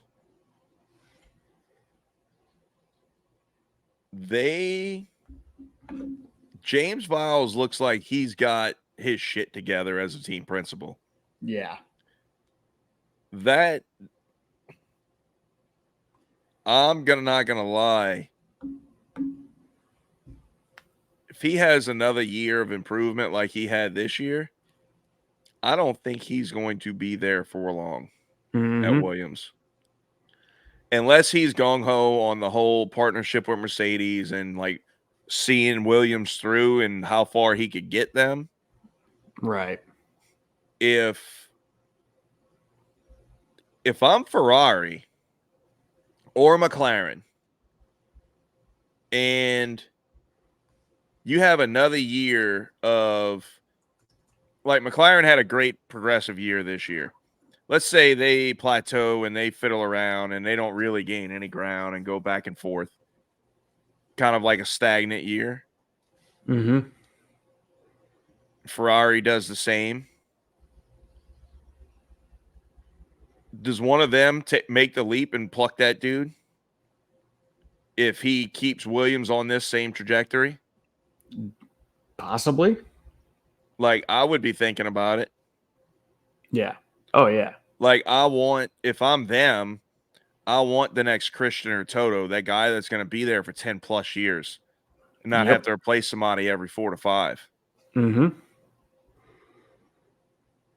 The last thing you want is for him to show all that potential and him linger around at Williams until Toto's ready to retire if you're everybody else when you had a shot to get him beforehand while Toto was still there. Because I would imagine that's the play. You would think so. Send him to Williams, let him learn how to be a team principal. Yep. And then in 5-6 years when Toto hangs it up, you're ready to roll. Yeah. And I mean that's if generally that's the play, what we've kind of seen the play be between Mercedes and Williams, right? Right. Like, yeah.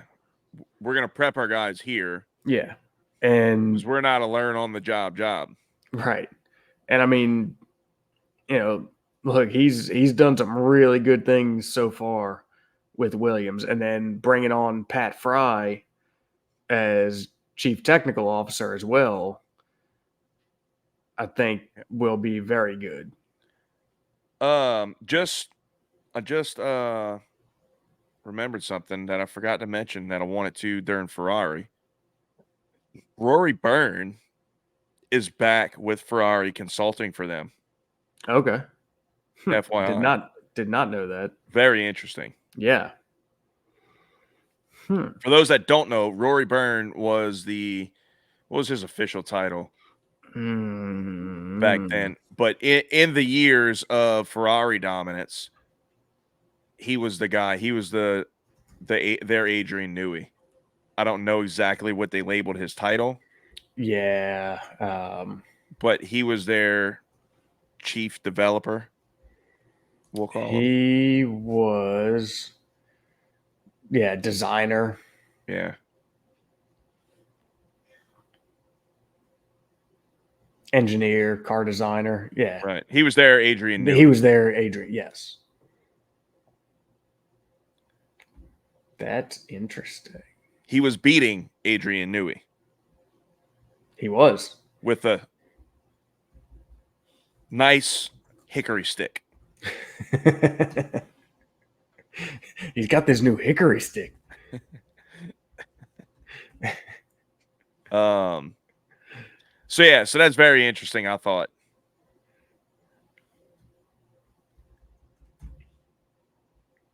So let's see, let's see what happens with that. But man, like back to Williams, very solid improvement. I think they're going to be a legitimate threat to crack the midfield as where they live this season. I think that's a fair assessment. They just, man, like, even though like there's still a ton of variance in their performances, you're seeing their ceiling get higher and their floor get higher as well. And along like that to go along with, man, they just seem like James Viles just seems like he's got that shit dialed in. He does. Like everything since he has been there is just like running like you want your team to run. Like a big team, right? Like a Mercedes or a Red Bull when they're humming. Yeah.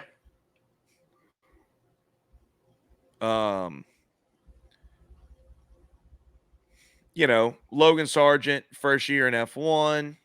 I don't know if he makes it past next year, but yeah, I mean, I think he did show a couple flashes of talent on the last third of the year to secure his drive for the next season.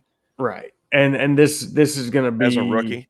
This is going to be a big year for him, assuming the trajectory that we think Williams will carry into next year continues. It'll be a very important year that Logan Sargent matches that trajectory on a personal level, on a driver level.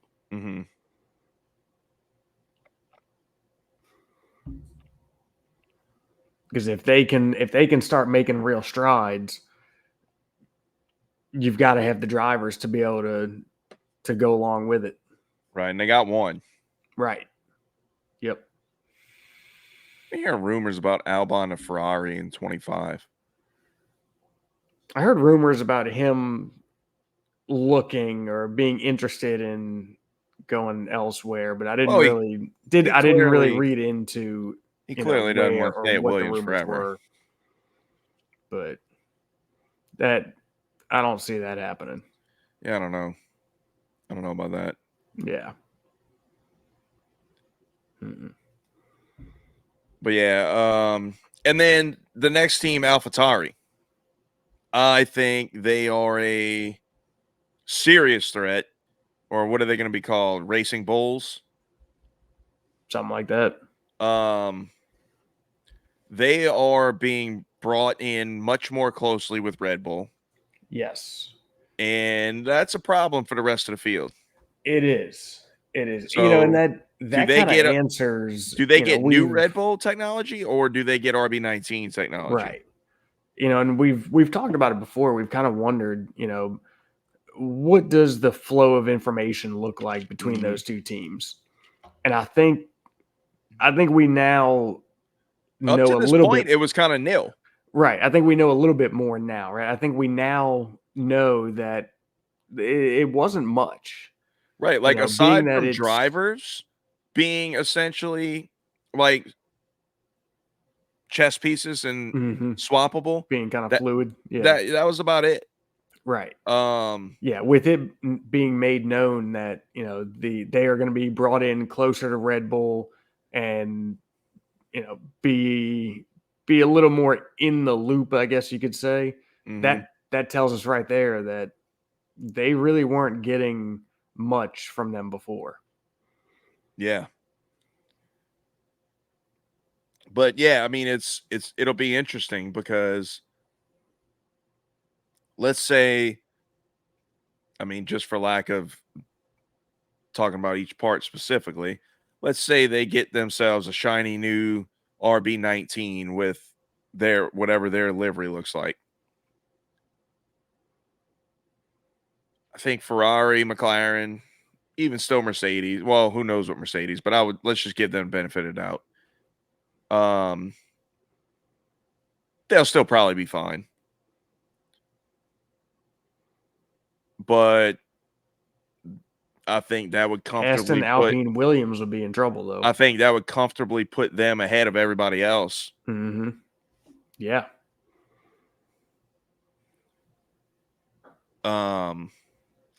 And it would be quite easy if they are bringing them in close to be like, hey,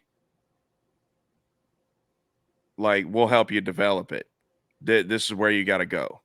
Yeah.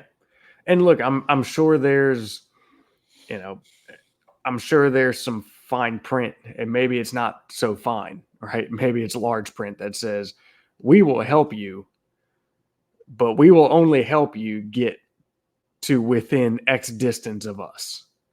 Kind of, right. Like if the RB20 comes out and they did change the concept and it's not good, they will swiftly take their RB19s back and issue new RB18s. Yeah.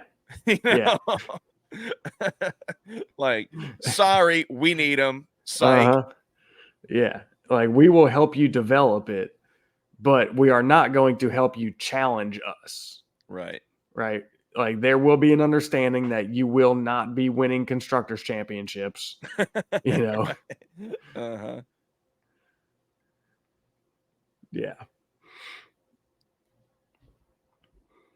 So yeah, it should be very interesting what AlphaTauri looks like this year.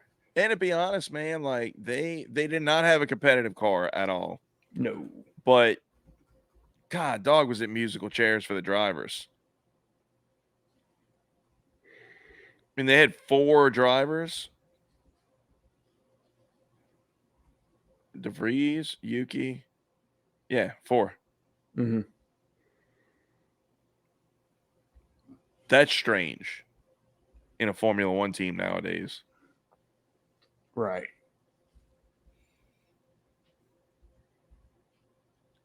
So, I mean, they're going to have Danny Rick and Yuki. I think that's for who they got to fight, I think that's a pretty strong lineup. I think it's on par with maybe a little better than Alpine.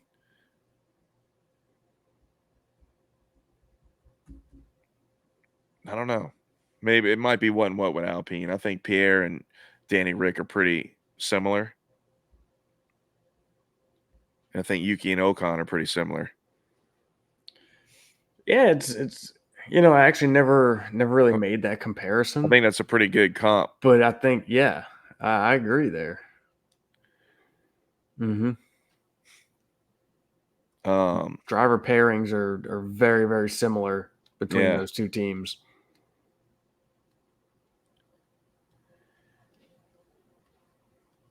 So that'll be interesting. But who knows? Like they might wind up with another crazy season of drivers if Checo don't get it together. Danny Rick's going to Red Bull, Mm-hmm. and that'll put Liam Lawson right back in. Yep. Which he was impressive. I mean, Yeah. he over the course of a season, I don't think he's going to be as productive of a pair of hands as Danny Rick. But nonetheless, I think he'll be strong I think so. for a rookie, essentially, you know. Mm-hmm. Yep. So yeah, that's about it on them. Yeah. I guess to wrap it up, Alfa Romeo, who is no longer. Yeah. Back to Sauber. What is it? Steak. Well, Steak is like, I don't know what Steak is, but is that their title sponsor, primary sponsor? I don't know. I know it's a large one. That's their name sponsor. Like I think they Is it are. Steak Sauber or is it just going back Yeah. to Sauber? No. It's like Steak F1.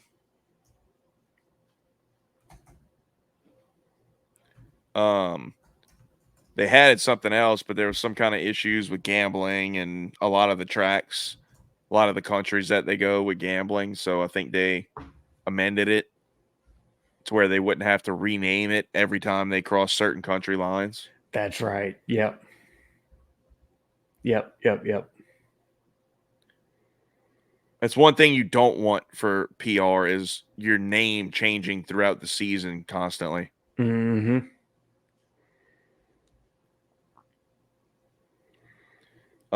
Yeah, Sauber will have a new lengthy official title for the 2024 season. The team will officially be known as Stake F1 Team Kick Sauber. Well, all right then. We're gonna call him Sauber, and I think everybody else will. Yes. Man, look, I really have no idea. I don't even have expectations for them, to be honest, because I think they're literally just in limbo right now until they become Audi. Correct. I don't think there's any, like, what do you do? Right? Mm-hmm. Yeah. I mean, they're not gonna. I think it's probably safe to say they're not gonna dump everything they can into the current setup, knowing the massive change that's right down the road. Mm-hmm. Yeah, agreed. Like I have no idea like what to think of them. I like their driver lineup. Yes. I like it a lot. Yeah. I think that's been a real good fit for Bottas. Yeah. And I like Joe. Joe has been very good. And I think I don't know that I see, big team future for Joe. Unless it's like a solid number 2. Right. Yeah. I mean, maybe down the road he gets a Bottas in Mercedes kind of seat. But nonetheless, I mean, I think he's very safe where he's at. And I think he's perfect for it. Mm-hmm. Given the status quo. Right. Let's see. I'm trying to find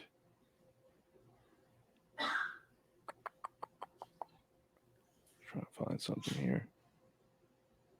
Max led more laps than Checo spent time in the top 10. Really? I read that. Huh. That's a interesting stat. Isn't it? Let's see. Let me read the actual. 2023, Max Verstappen had more laps in the lead than Checo Perez had laps inside the top 10. Oh, wow. That's wild. Everybody that says we're Checo haters, that stat proves we are correct in our assessments.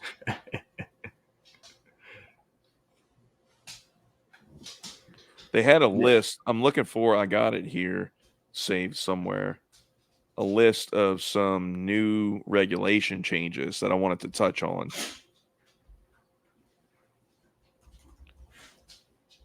That I'm struggling to find.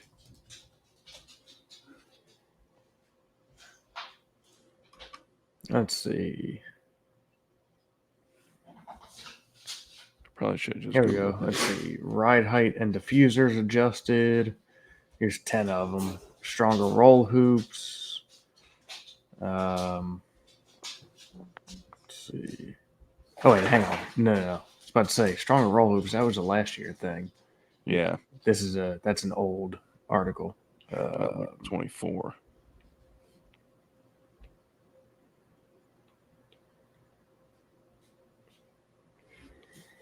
Like they're reducing the number of power units back to 3, which is freaking stupid.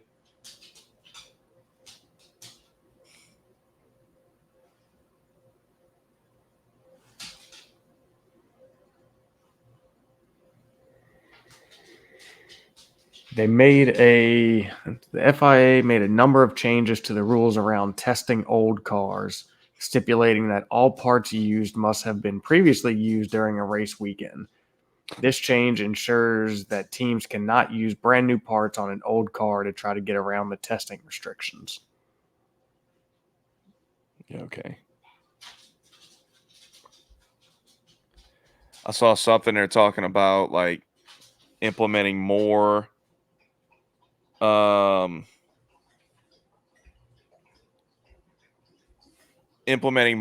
people at every facility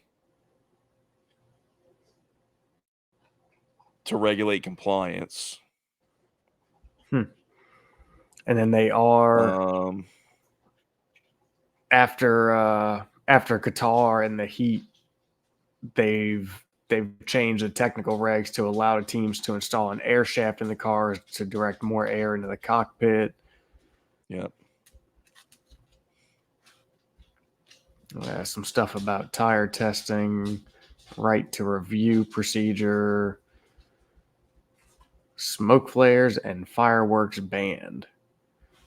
The Orange Army is going to be pissed.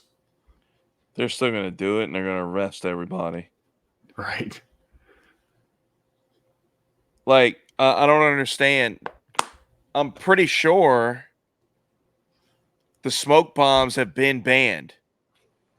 I'm sure they have, yeah. Right? Like, that's not a new thing. Yeah. Like, I feel like the commentators have made it pretty clear that that's not legal. Yet it was just never enforced. Mm-hmm. Yeah. But I'm not. So, like, all the engine components, they're dialing it back to 3.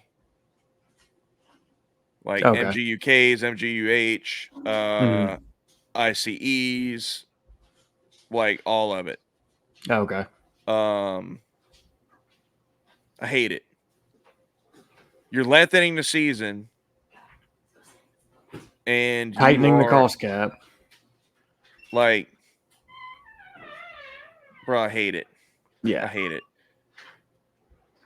Yep. This last year was fantastic with 4 allocated. Mm-hmm. How many grid penalties you remember that were of consequence? Exactly. A couple, I think. But yeah, it wasn't like previously. No, I mean, like, I think Charles had one super early in the year because of the control electronics. Yeah. Or whatever that essentially like showed up damaged. Mm-hmm. That kind of got him off on the wrong foot. Yep. But then like never had another penalty. Even though like he had some power unit issues early in the season. Yeah. Like I think they showed that they actually made a really good engine. Yep. Once they fixed that whatever little bug caught them like right off the bat. Yeah. Yeah. Um They're supposed to also be making some adjustment to the sprint race weekend formats. That way, because previously you had qualifying for the race on Friday, so you got one test session before you went into Park Fermé. So stupid. Yeah. So there doesn't say any details of it yet, but the governing body says the sprint sessions will be better separated from those associated with the Grand Prix. That'd be nice. Yeah, that'll be interesting, but will they get it right? Probably not at first. Question. Yeah. That's the question. Not at first. I don't, dude. I'm be like, why do we have to have sprints?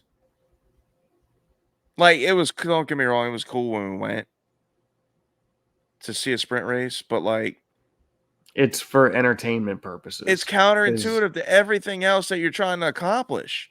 Mm-hmm. Like, you introduce sprints when you introduce a cost cap. That is dumb. Yeah, I mean, you're trying to get the teams to save money. Don't give them more races in a weekend. Yeah. How about that? I mean, like I like the sprint weekends. I can see why they did it. I like it from a viewer perspective, but looking at the bigger picture of the cost cap and just everything else involved with it, it's very, very counterintuitive. When I would be down, sprint races would have my unwavering support if they did away with the cost cap, which they should, because that's better for Formula One and viewership. They allowed them to have a sprint car. Yeah. Sprint engines, sprint parts, sprint cars. Yeah. You want to see exciting racing? There you go. Right. Don't make them worry about if you get messing a up crash their, or a fender bender, Sunday it car. screws you over for Sunday. Yep. Back how they used to have qualifying cars and engines and all that. Yes. And they only had to go for 18 laps, and we got to see these engines just crank to the gills open. Yeah. And you got 2 PUs to use throughout your sprint races. Yeah. I'd be all for it. 6 sprint races. Your engine's only got to do 3. Yep. Turn that sucker up. Oh, yeah. Yeah. That would be exciting. Oh, that would for sure. Ain't gonna happen, but it would be. God, they're such losers. FIA.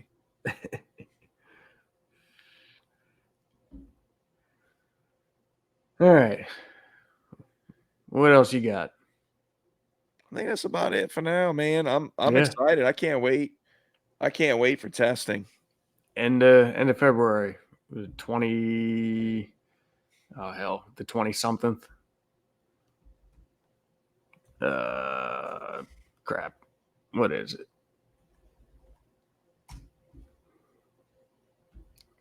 They took more time away from testing this year. Yeah. Also. The 21st through 23rd. Yeah. They reduced each session by like half an hour. Again, stupid. Yeah. I mean, hell, at this point, just do away with testing. Tell them it's all got to be done on a sim. Jesus. Right. We'll give you one extra free practice in Bahrain. Yeah, right. God. Crazy. So, yeah, looking forward to it though. But yeah, we might throw an episode together before for testing. Maybe not. Yeah, we'll see how that shakes out. But if not, yeah, we'll be on for testing for sure. We'll be back for testing and see how all that plays out. That'll be, I think that'll give us a lot of answers to a lot of the stuff we just talked about. Oh, it absolutely will. Yep. So, all right, let's call that a wrap. Yep. Catch y'all on the next one. Wait a minute. Where's the quote? I don't have one. Bro. Bugging, bro. Talking like my 10-year-old. Yeah. Bugging, bro. Bro, you bugging. Doing too much, bro. Nope. I'm gonna make it suspenseful, and you'll just have to wait for the next one unless you got something. I'd have gladly had something prepared. Let's see. Hold on. Oh well. I guess Charles Leclerc's quote fits you well. It was just an incident. Hey, that one works. Yeah. All right. Call that one a night. Yep. All right. Catch y'all on the flippity flop. Later. Later.